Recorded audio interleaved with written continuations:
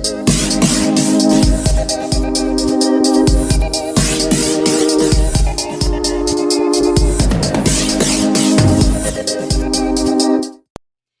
morning and welcome to Gothmother's Closet, Gothmother's Reselling Adventure. Hi, I'm Suffer Jerome and welcome to my new channel. This is about my Poshmark.ca at Suffer666 channel, where I share with you things I've put on my closet, and also as I move along and get wiser, I'll be giving tips and tricks as well. So today I just wanted to do a very quick little peekaboo into the closet. Behind me I have a black dress from Bloom Chic.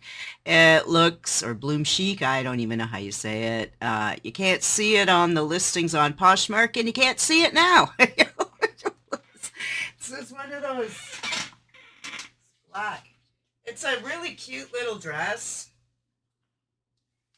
I have the little tie here. But yeah, so it's a nice little dress. It's very basic, so it has the neck, it has ruffles.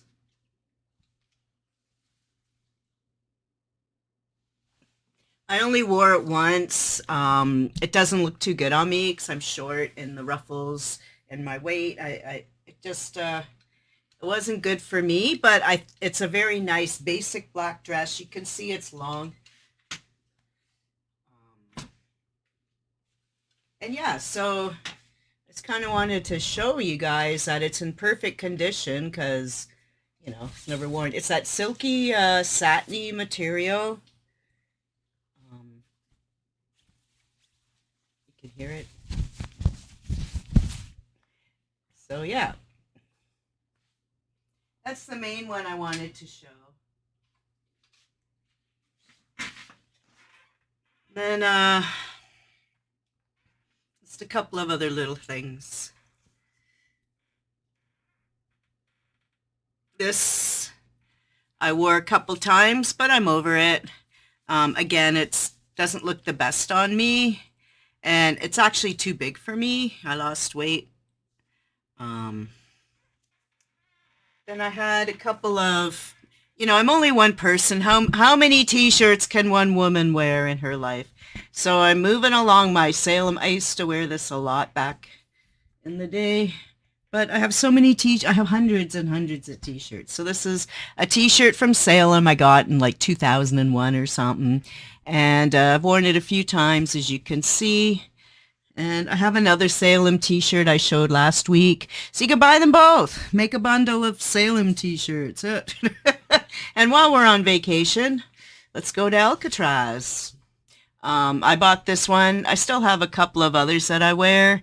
So I'm going to let this guy go as well, because cluttering up my life, I need to, you know, downsize, as I've talked about before. Nothing wrong with these shirts, just downsizing. And so I'm letting them go super cheap. This shirt has been in a bazillion background. I wore it background a lot. It's like velour. It's soft and cuddly. It's fits me fine. It's very oversized. It's a 2XL. It's purple. It has pockets. Just a nice, comfy, kicking around the apartment shirt, which I wore for years. Like I said, I actually wore it for background work and stuff like that. And time to move it on. I only have so much room. And then the last little guy I'm going to show you today is this plaid shirt. I think it's a men's.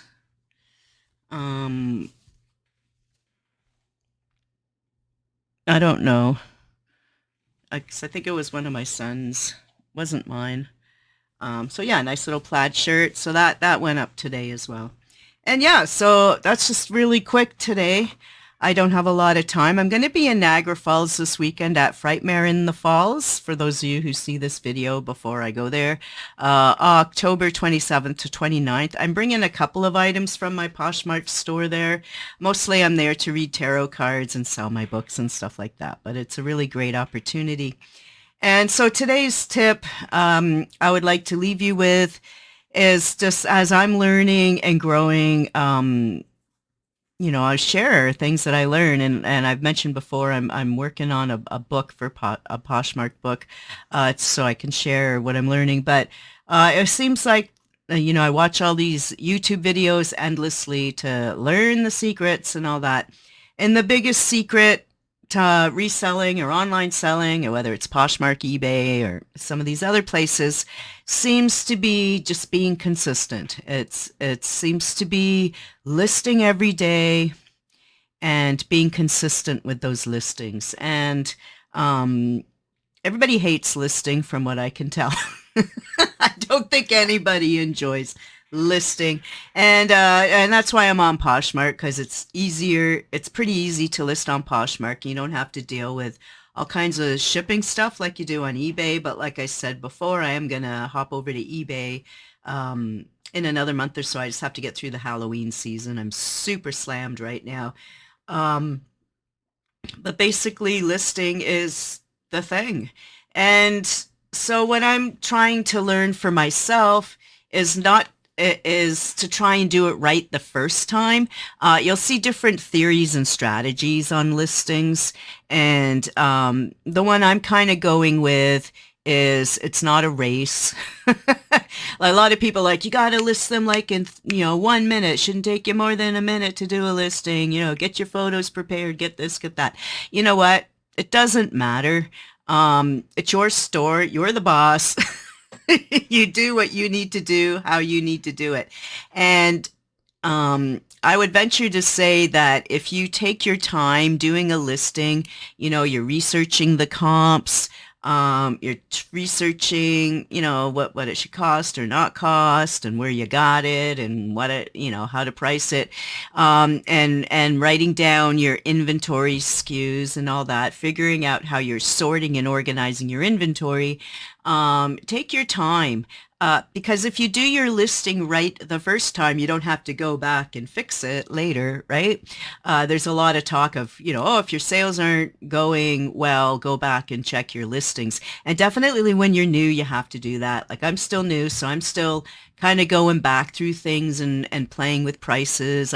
Today I lowered a whole pile of prices because I believe that a lot of things that I was comping even a couple months ago, the comparables are different now because we are in a recession. People don't have a lot of money, and we're heading into the Christmas season now, and or the holiday season, and people just don't have extra income. So I've been dropping my prices, but then there's that whole idea of you don't want your prices too low because then you bring down all the resellers. So with my stuff, if it's like the t-shirts and stuff I just showed you, they're super low because they're used. I've had them a while. I've worn them and enjoyed them, and I think they'll be interesting souvenir, or people who like to collect those sorts of things. It's an easy addition, and I'm not contributing to the landfill. I'm just trying to move things on to people who might be interested in such collections. So those things, I keep low, and I'll go even lower if you make me an offer. And then other things that have some new items, or almost like new, or they certainly look new. So I try to keep those at a higher price because, they are new, and you want to not bring down all the other resellers by bringing things too low. And then there's the whole idea that if things are priced too low, people will think that something's wrong with it and won't buy it, even though you think you're given the best deal on earth. Sometimes people don't see that because they're just seeing a listing. You're not telling them, I'm telling you now on my channel, make me an offer. So listings, to get back to that, you should list every day, and you should have a goal.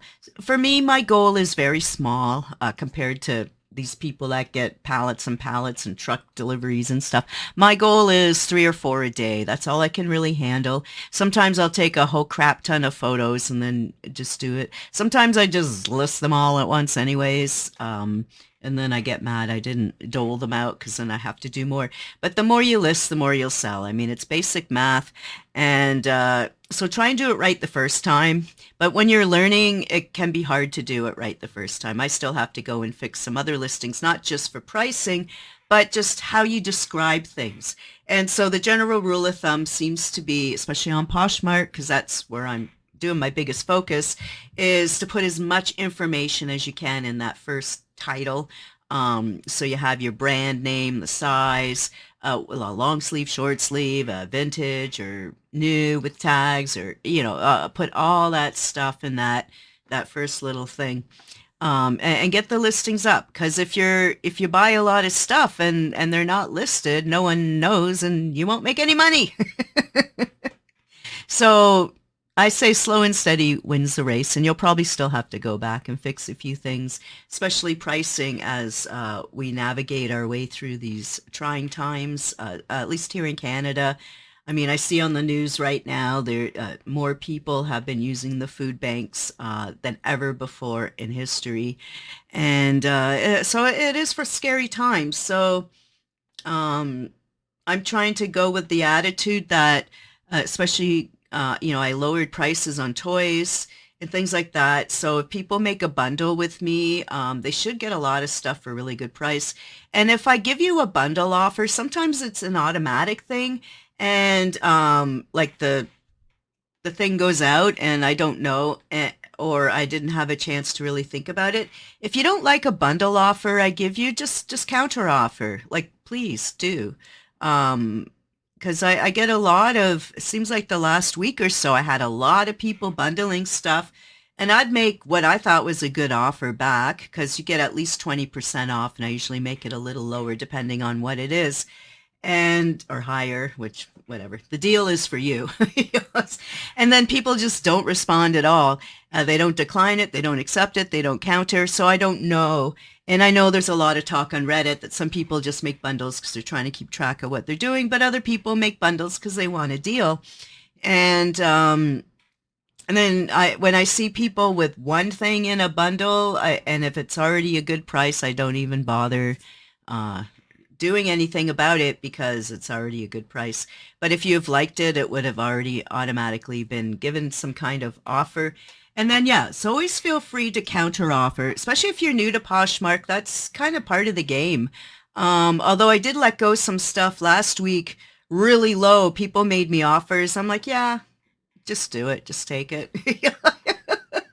One was a Coach purse, and I only made like $1 profit on it because I paid a lot for that purse, and I bought it to resell, and and that was one of my learning mistake lessons.